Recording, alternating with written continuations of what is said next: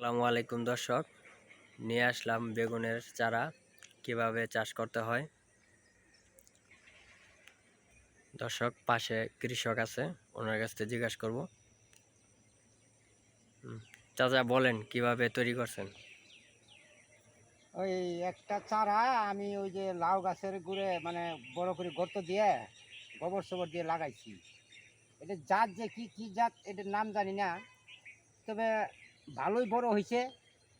এরপরে বাগুন ধরছে, হ্যাঁ, বাগুন বেগুন ধরেছে একদিন অনেকগুলাই প্রায়। একদিন তুলছিলাম, এই একটা গাছের থেকে 7-8টা তুলছিলাম। 7-8টা করে 2-3 দিন তুলছি। তিন দ- দিন 3 দিন ছিঁড়ছি, 8টা 9টা করে। এখন আবার আছে, এখন আছে প্রায় 8-10টার মতন আছে। দর্শক, যে রোপণ করছে উনি গাছের নামটা হয়তো বলতে পারতেছে না, কিন্তু প্রায় অনেকগুলা ঝুলে আছে, ফুল এবং ফলে ভরে আছে। গাছটাতে অনেক ঝোপালো গাছ, দেখতে অনেক সতেজ। দর্শক, প্রায় অনেক বেগুন ঝুলে আছে,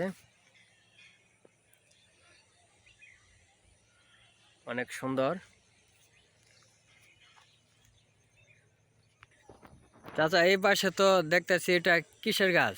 এটা এটা শিমল আলু। এটা শিমুল আলু না? হ্যাঁ, হ্যাঁ। এটা কিভাবে খায় বা কি এটা করে? এটা গাছের গোড়ায় ধরে, এই গাছের শিবার মতন এই মোটা হয়। এটা তুললে এটা সিদ্ধ করে খাওয়া যায়।